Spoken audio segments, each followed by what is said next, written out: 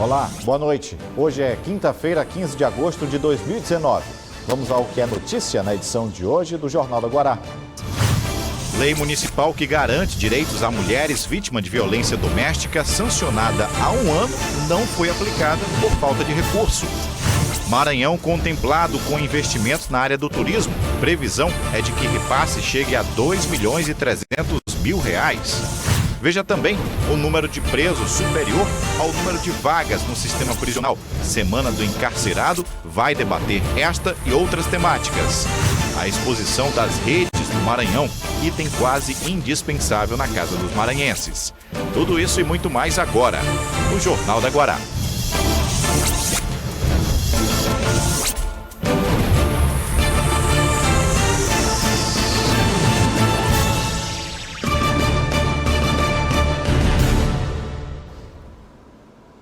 O Jornal da Guará traz como destaque hoje uma lei sancionada no município de São Luís que garante a toda mulher vítima de agressão doméstica gratuidade no transporte público. Já mostramos essa conquista à classe feminina, mas na prática, mais uma vez, nada funciona. Fica, portanto, a questão: até quando o Poder Legislador, o Poder Executivo e até mesmo o Poder Judiciário vão continuar fingindo que a lei está em prática? Um levantamento feito pela direção da Casa da Mulher Brasileira em São Luís revelou que em fevereiro deste ano, pouco mais de 20 mulheres estavam em avaliação para ter o cartão de transporte liberado pela Secretaria Municipal de Transportes. Na época, a previsão para começar a usar o benefício era até o dia 8 de março, Dia Internacional da Mulher. A medida aprovada no ano passado prevê que toda a vítima de violência doméstica tenha acesso ao transporte coletivo urbano temporário, mas nunca foi colocada em prática pela falta de recursos. A gente tem tido uma grande dificuldade, que é a dificuldade do acesso às mulheres ao deslocar, o acesso ao transporte público, porque as mulheres elas acabam não tendo uma renda, elas muitas vezes em decorrência da violência não trabalham e esse deslocamento acaba sendo prejudicado. A lei, quando ela foi elaborada e aprovada, não tinha previsão de custeio no orçamento quem iria arcar com esse ônus dessa gratuidade dos transportes. E aí o vereador Samarques, agora, ele me informou que tem uma emenda da autoria dele, né?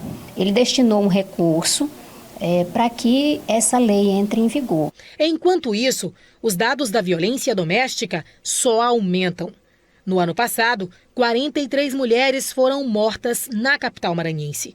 A maioria delas é da periferia da cidade e depende financeiramente dos agressores. Por isso, a necessidade do transporte gratuito. A importância dela é urgente e premente, porque a mulher que depende desse homem, desse agressor, ela precisa resolver sua vida. Decidiu pôr fim a um relacionamento. O vereador do PHS, autor da lei, disse que conseguiu a liberação de uma emenda parlamentar no valor de R$30 mil para que, finalmente, a gratuidade no transporte público de São Luís para mulheres vítimas de violência doméstica seja colocada em prática.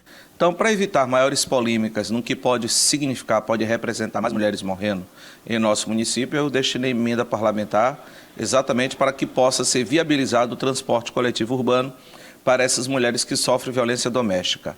Livre acesso ao transporte coletivo urbano, inicialmente por 60 dias, podendo ser prorrogado por mais 60, portanto até 120 dias. São Luís sediou o seminário Investe Turismo, promovido pelo SEBRAE, Ministério do Turismo e Governo do Estado do Maranhão. Na oportunidade, o trade turístico, assim como gestores de cidades com potencial para esta área, puderam obter orientações de como aplicar recursos e capacitação de material humano e assim fomentar o que há de melhor em nosso vasto território. Profissionais e empresas da cadeia produtiva do turismo devem receber nos próximos meses ações desenvolvidas por órgãos federais e estaduais por meio do programa Investe Turismo, que vai injetar aqui no Maranhão R$2.300.000 para o desenvolvimento e capacitação de pessoas que atuam no setor.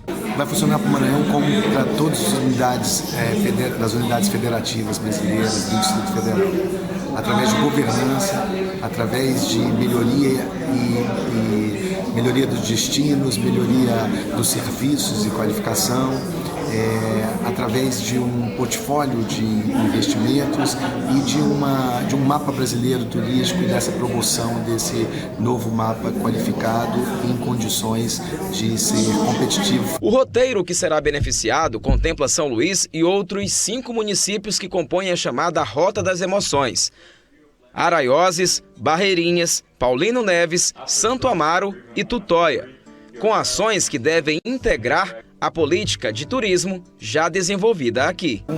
Está sendo um momento muito bacana e marcante para o turismo no nosso estado. O lançamento do Invest Turismo, um momento único da promoção do destino.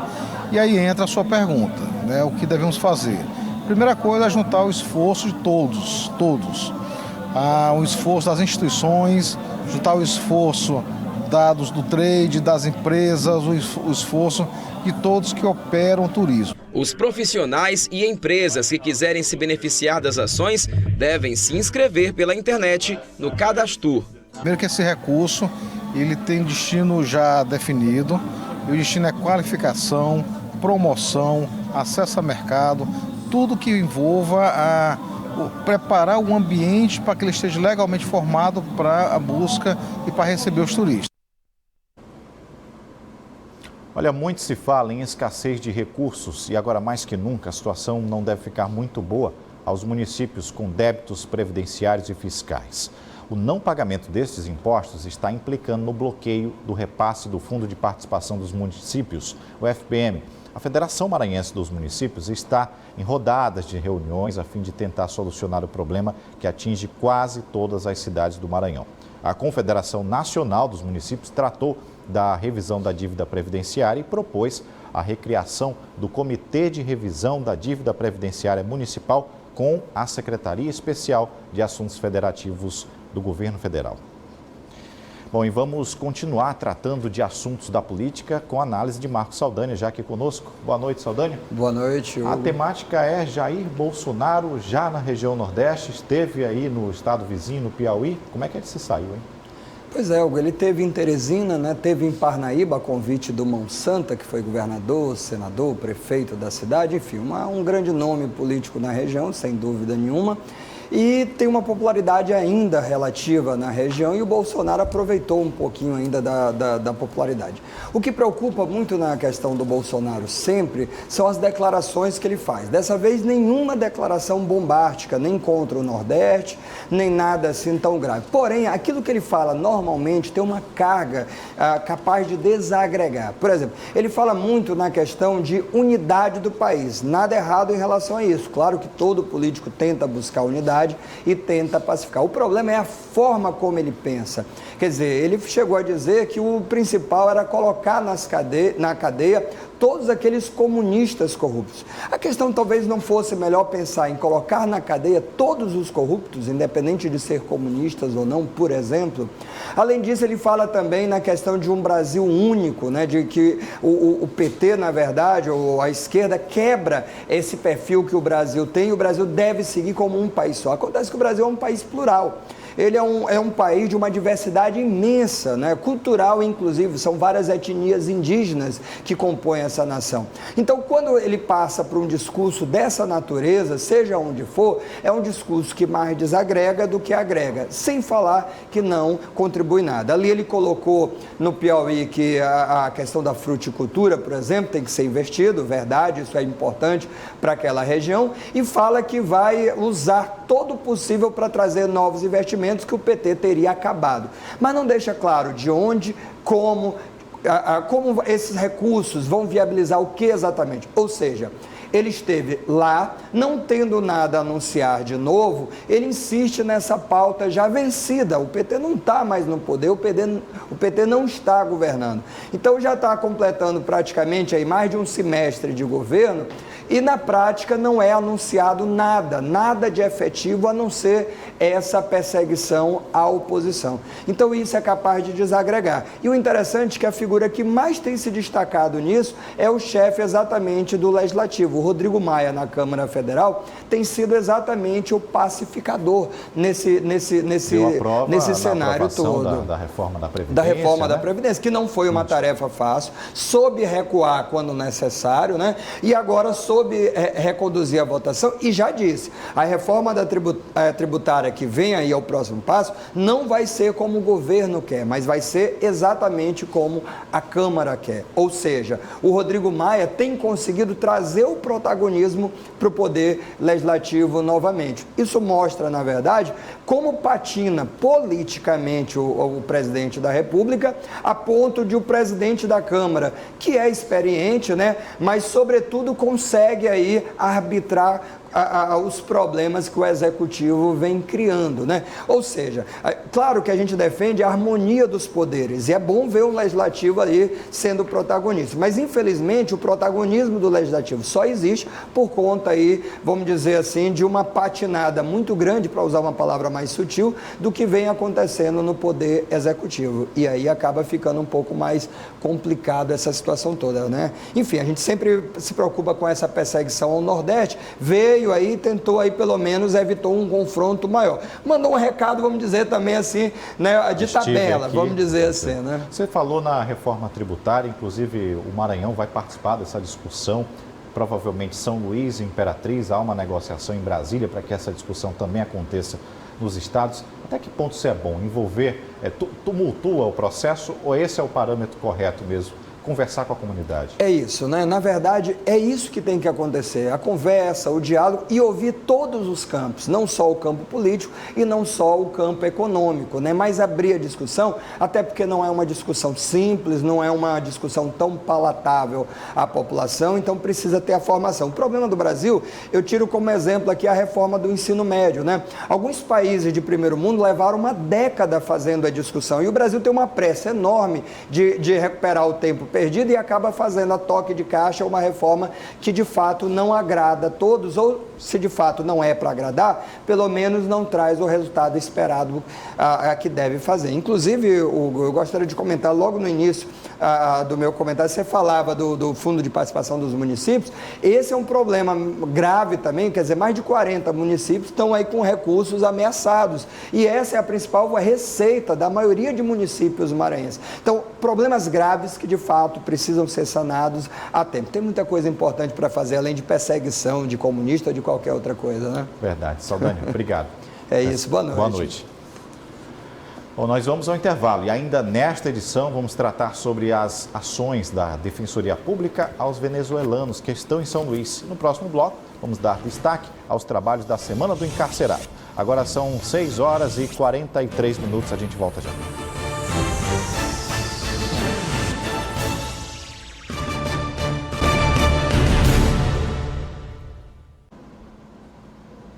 O Jornal da Guará de volta para tratar de um assunto delicado.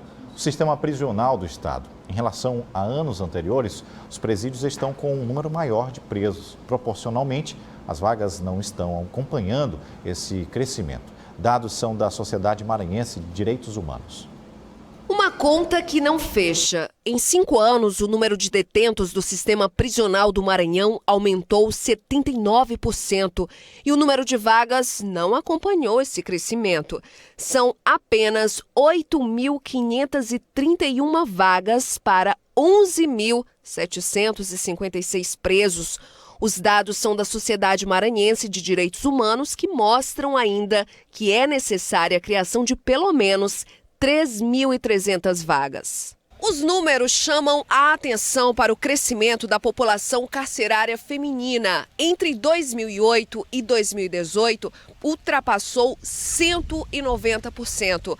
Para a Sociedade Maranhense de Direitos Humanos, a falha na política criminal brasileira tem contribuído para o inchaço dentro dos presídios. Mas o que a gente vem fazendo é essas inserções de trabalho e educação para tentar diminuir esse crescimento da população prisional feminina. Mas, como eu te disse, assim como a população prisional no geral aumentou, a feminina aumentou porque teve um trabalho mais efetivo na questão da segurança. A Secretaria de Estado de Administração Penitenciária justifica o crescimento da população carcerária como uma política de combate ao crime e à violência e que pretende, até o fim do próximo ano, aumentar o número de vagas dentro dos presídios. Bom, inicialmente é importante falar sobre o contexto nacional, né? Isso é um problema do Maranhão, é um problema do Brasil. Hoje nós temos aí um déficit de em torno de quase 400 mil vagas no Brasil como um todo. E nós podemos dizer que o Maranhão é o que tem um dos menores déficits do Brasil, né? Eu acho que, se não me falha a memória, nós somos o segundo com menor déficit, né? E mesmo assim, com esse déficit, ao longo desses 4 anos e meio, nós, incansavelmente, nós tentamos diminuí-lo e conseguimos, felizmente. Bom, você viu aí, quem falou isso na nossa reportagem foi o secretário de Estado da Administração Penitenciária, Murilo Andrade. Bem, a situação da política prisional tem tido a atenção do governo do Estado. Oferta de ensino para custodiados, oferta de oportunidade de trabalho para diminuição da pena e agora a 20ª edição da Semana do Encarcerado, que começa amanhã. Sobre este tema, esse assunto, vamos conversar agora com Kelly Carvalho, a secretária adjunta de Atendimento e Humanização Penitenciária da SEAP. Boa noite, seja bem-vinda ao Jornal da Guará. Boa noite. Bom, um evento que já está na sua 20ª edição, ou seja, a política da situação do carcerado, do encarcerado, ela tem discussão sim, já essa 20ª edição. Que caminhos a gente vai dar para essa discussão que começa amanhã na Assembleia Legislativa? Então, amanhã nós vamos, na nossa 20ª edição, tratar do tema Rede de Parcerias, né, para a Consolidação da Cidadania, entendendo que desde o ano de 2015 nós temos avançado bastante nas ações educacionais, principalmente, que vão fomentar e dar condições para que a gente avance na questão do trabalho prisional. Então, essa é a vez agora da gente tratar da rede de parcerias, que é importante para que a gente consiga avançar com as ações do sistema penitenciário. Parcerias essas que focam em cima de que temas? Saúde, por exemplo, acho que tem várias demandas desse setor e, além da educação, saúde, o que vocês vão debater? Então, nós temos toda essa rede de parcerias que envolve também atenção à saúde, né? A gente trata da política nacional de atenção integral à saúde da pessoa privada de liberdade, em parceria com a Secretaria de Estado da Saúde. Da mesma forma, as ações educacionais em parceria com a Secretaria de Educação. Mas o foco do nosso evento é tratar também da rede de parcerias que vão fomentar a expansão de vagas de trabalho para as pessoas presas, visto que a gente tem investido bastante com a educação, a profissionalização. E aí, a gente precisa agora expandir cada vez mais as vagas de trabalho que vão oportunizar essas pessoas a reinserção social e também no mercado de trabalho. Eu já tive a oportunidade de presenciar dentro do sistema essas atividades que ocupam. Ali, aquele preso, ele se sente valorizado, ele se sente ocupado, ele está trabalhando em benefício próprio. Todos esses itens são aceitáveis, mas e as empresas? Elas têm essa compreensão de contratar esses serviços? Como é que vocês pretendem ter esse diálogo para manter essas parcerias? Existe essa disponibilidade das empresas, dos empresários? Então, nesse ano de 2019, nós demos um passo muito importante, que é a formalização de parcerias, primeiramente com órgãos de Estado.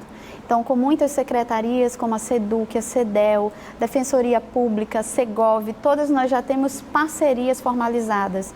São cerca de 7 parcerias já formalizadas que envolvem desde a fabricação de móveis, a montagem, a reforma de escolas, a pavimentação de ruas, a limpeza e conservação de praças públicas. E esse foi um passo importante que nós demos nesse ano de 2019 e queremos, a partir das discussões que nós vamos fomentar na Semana do Encarcerado, inclusive com um evento específico com empresários, agora dar mais esse passo junto à iniciativa privada. Bom, e o evento também vai contar com tecnologia, vai pela primeira vez vai poder ser transmitido, as pessoas vão ter acesso, quem não puder estar presente vai poder acessar remotamente de qualquer lugar do mundo? Sim, nós vamos fazer a transmissão ao vivo. A nossa intenção, prioritariamente nesse momento, era, na verdade, oportunizar as unidades do interior do estado que nunca viram como que acontece a abertura da Semana do Encarcerado, e aí vai estar disponível nas nossas redes sociais. Bom, os trabalhos também, além desse fomento às parcerias, os trabalhos que já estão sendo realizados dentro das unidades prisionais, eles têm ganhado mais visibilidade. Ações sociais, existem corais dentro das ações, principalmente na área feminina, com apresentações em eventos, essa participação fora do sistema prisional é interessante para a ressocialização delas?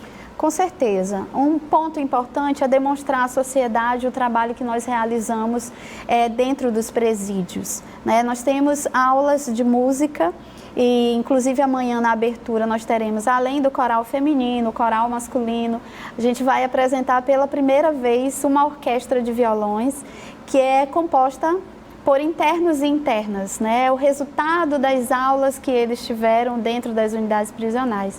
Além de outras ações que a gente desenvolve, o importante nesse momento é fazer a sociedade entender que Pedrinhas de 2013 e 2014 não existe mais. E nós apresentamos isso em números, e a quem quiser conhecer o Complexo Penitenciário São Luís, nossas ações estão lá de maneira concreta. Hoje, nós fazemos muito mais do que ocupar os presos, mas a gente está cada vez mais consolidando uma política penitenciária capaz, né, de dar melhores condições a essas pessoas quando retornarem à sociedade. Agora, rapidinho, para a gente falar sobre o evento, acontece amanhã, que horas, na Assembleia Legislativa? Sim, amanhã nós teremos a abertura oficial da 20ª Semana do Encarcerado no auditório da Assembleia Legislativa, pela manhã às 9 horas. Às 17 horas, no auditório da Secretaria de Estado de Indústria e Comércio, teremos um evento específico, um network com empresários, e também seguiremos com as programações nas unidades prisionais da capital e do interior. Muito obrigado, Kelly Carvalho, secretária adjunta de Atendimento e Humanização da SEAP. Sucesso no evento, a gente vai estar acompanhando. Obrigada. Bem, e o Hospital Aldenor Belo, referência no tratamento contra o câncer, recebeu hoje equipamentos importantes para ajuda ainda mais nos trabalhos na unidade de saúde. Os novos equipamentos são frutos de uma emenda de políticos e já ficou acertada também envio de recursos na ordem de R$150 mil. Vale destacar que o hospital se mantém por meio de doação e repasses do SUS. Esse equipamento é o venoscópio. A luz permite melhor visualização das veias para administração de medicamentos, reduzindo as agulhadas, pois as chances de erros ficam a praticamente zero. Quem testou o venoscópio foi o senador Everton Rocha, que veio ao Hospital Aldenor Belo para conhecer a aplicação das emendas destinadas pelo parlamentar. Primeiro, sempre uma honra e nós somos muito gratos ao carinho que a Fundação Antônio Jorge Dino sempre teve conosco. Como foi falado, como deputado federal já fomos parceiro e vim fazer essa visita como senador para reafirmar essa nossa parceria permanente. Foram 36 deste tipo, além de lavadoras de endoscopia e um sistema de vídeo-endoscopia flexível, adquiridos a partir de recursos enviados pelo parlamentar, chamadas de verbas de custeio, que são destinadas à compra de equipamentos e manutenção das despesas. O presidente da Câmara Municipal de São Luís, Osmar Filho, que acompanhou a visita, trouxe boas notícias também. No momento de crise que a gente observa que está instalada no país, é importante que os poderes estejam unidos, cada um dentro da sua função e atribuição, para contribuir com o avanço da cidade. O hospital tem um déficit mensal que ultrapassa R$1 milhão por mês e precisa contar com o apoio de verbas parlamentares e doações para continuar atendendo pacientes que lutam contra o câncer. O hospital passa por uma crise financeira muito grave. E eu conversando com o Everton, ele se sensibilizou e esse ano mandou para a gente uma emenda de custeio. Deve estar caindo esses dias na prefeitura, assim que caiu o aviso, mas já foi feita a proposta, já está com aceite lá, já está tudo certinho. A visita também se estendeu às novas instalações do hospital, que vão abrigar, entre diversos equipamentos, modelos mais modernos, como esses, chamados de aceleradores lineares, utilizados para o tratamento da radioterapia. A previsão de entrega das obras é para o segundo semestre deste ano e vai ter a estrutura compatível com o número populacional, segundo recomendações do Ministério da Saúde. Eu comecei a trabalhar aqui aos 38 anos. Hoje eu já vou fazer 92 anos. Infelizmente, a minha idade já não permite mais que eu esteja assim à frente de tudo, razão pela qual ele também assumiu. E eu estou aqui agradecendo de coração todos os deputados, senadores e os nossos deputados estaduais e vereadores que sempre procuraram contribuir conosco. Que bom. Vamos para o próximo bloco e vamos mostrar como andam as ações de garantia de direitos aos venezuelanos que estão em São Luís em situação de rua. Agora são 6 horas e 58 minutos, a gente volta já.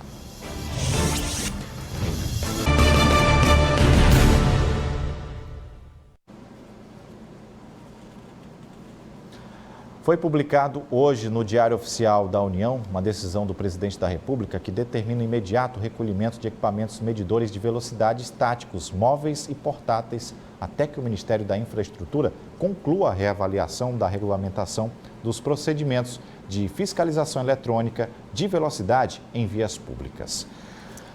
Bom, a gente segue agora com outras informações. Ontem, em nosso quadro de entrevistas, falamos com a secretária adjunta da SEDPOP sobre a questão da situação das crianças venezuelanas que, em meio à situação de pedintes nas ruas e avenidas da cidade, agora vamos mostrar a ação conjunta com a Defensoria Pública do Maranhão acerca dos refugiados.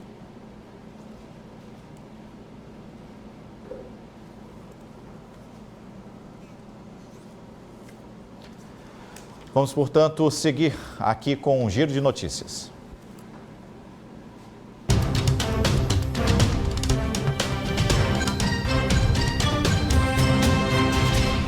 A Receita Federal pagou hoje a restituição do terceiro lote do Imposto de Renda de 2019. Os recursos também são referentes a restituições residuais dos anos de 2008 a 2018. Quase 3 milhões de pessoas devem receber o dinheiro do terceiro lote, calculado em 3,8 bilhões de reais. A consulta a este lote foi aberta no dia 8 de agosto. A restituição fica disponível no banco durante um ano. O Maranhão permanece com a maior proporção de empregados sem carteira de trabalho assinada no setor privado do país, com um percentual de 49,7%. O percentual do país é de 74,3%. Depois do Maranhão, aparecem os estados do Piauí e Pará. E as menores taxas estavam em Santa Catarina, com 12,4%, Rio Grande do Sul, 16,7% e Paraná, 18,6%. A proporção no país foi de 25,7% no trimestre. Instituições financeiras consultadas pelo Ministério da Economia reduziram a previsão para o resultado negativo das contas públicas neste ano. A estimativa do déficit primário do governo central, formado pelo Tesouro Nacional, Previdência Social e Banco Central, passou de 105,918 bilhões de reais para 103,217 bilhões de reais. A estimativa está abaixo da meta de déficit. Hora de fazer um intervalo aqui no Jornal da Guará e você vai conferir no próximo bloco uma exposição no Centro Cultural Vale que traz como destaque as redes do Maranhão. Antes, você fica agora com a tábua de marés para amanhã.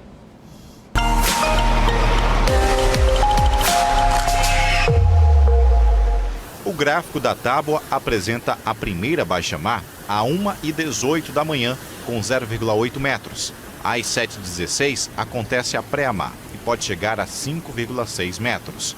À tarde, nova baixa-mar às 13h41, com 0,6 metros. E, por fim, a última pré-mar com 5,6 metros às 7h37.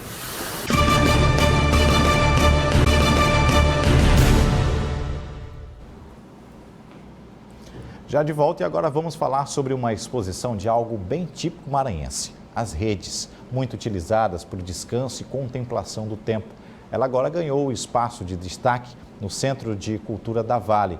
Quem quiser pode até adquirir uma por lá.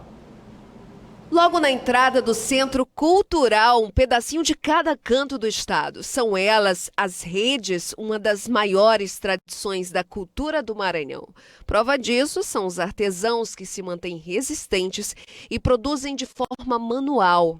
Olha, a gente tem aqui um trabalho forte de identificação e mapeamento dos artesãos que estão em atividade no Maranhão, um trabalho também patrocinado pela Vale, e a gente tem sido no Centro Cultural parceiro desse trabalho para poder mostrar a riqueza do artesanato maranhense. O artesanato maranhense ainda não é reconhecido como deveria, como uma potência, né?